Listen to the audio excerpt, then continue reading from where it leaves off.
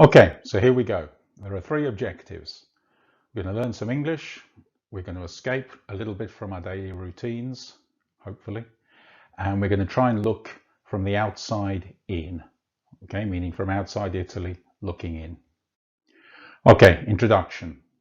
My name is Mark Brophy. I'm a UK citizen, but because of Brexit, I'm trying to become Irish, thanks to my grandfather. Okay, a couple of basic things. I studied at Manchester. I've lived in Monza for a while. I've taught many different financial English courses. I have a language school in Lissone and Monza.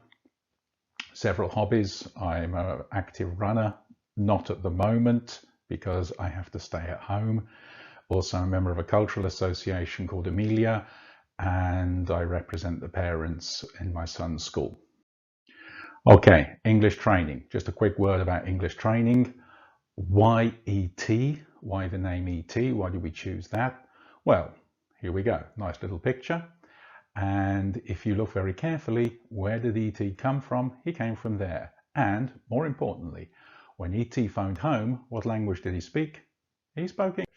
Okay, let's get on to the coronavirus situation. It's the CoronaBlog. Okay, what are the key differences, okay, between Italy and some other countries? Here, mainly Australia and the UK. It's a case of, in Italy, what the shoppers don't want. And as we all know, they don't want this type of pasta, okay?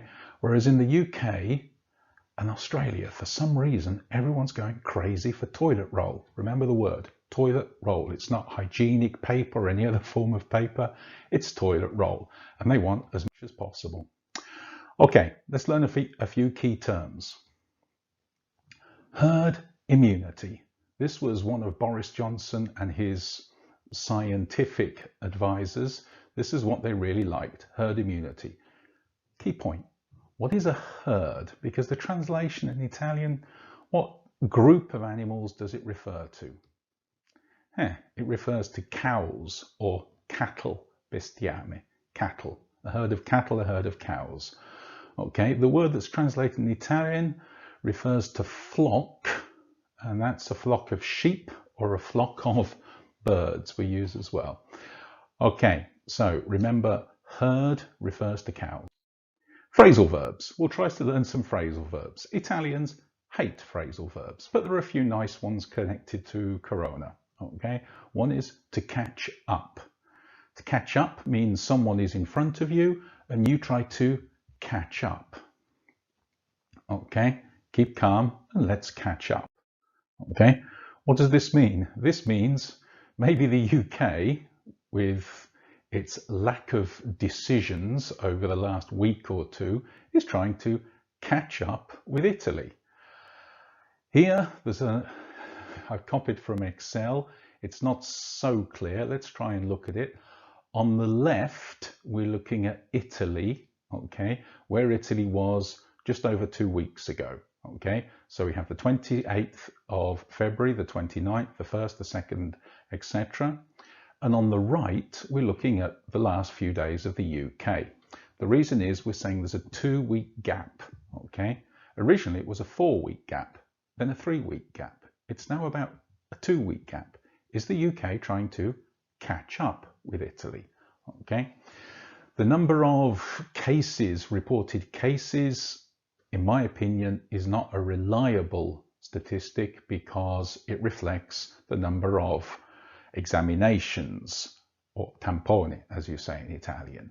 Okay, unfortunately, the most accurate measure is the number of deaths. So if you see here on the 28th, okay, in Italy, the 28th of February, 21 people died, whereas in England, on the 13th, 13 people died. So I'm tracking these two to make it look a little easier on a graph. Okay. Here, if we look at this line, 0 at the bottom, 0 would indicate that there is no gap. England and the UK, England and Italy are exactly the same with this 2-week gap. If we have figures above the line, that means that the gap is getting wider, more than 2 weeks. If it's below the line, it means the gap is under 2 weeks. So this is the catch-up graph, and we'll look at this quite regularly and see if the UK does catch up. Okay, another key term is the verb to flatten. Okay, you may have heard this used recently, to flatten. What does it mean? To flatten means to push down, to make flat. Okay, to flatten. Here, and another one, to get ahead of. To get ahead of is more or less the opposite of to catch up. Okay, to catch up means you are behind. To get ahead of means you want to go in front. Okay, and we use it in business to get ahead of the competition. Okay, here is something I will introduce briefly and we will discuss more in the future. Flattening the curve. This diagram, I've not seen it so much in the Italian press, it's all over the UK and American press. They love this graph, flattening the curve. Okay, so I'll just introduce it today, flattening the curve, and we'll look at it more to see if they actually can flatten the curve. Okay, so more or less that's enough for today. Just want to say, is everything under control in the UK? Of course it is. Boris is there. Okay, thanks everybody. Thanks for listening and see you all tomorrow. Bye bye.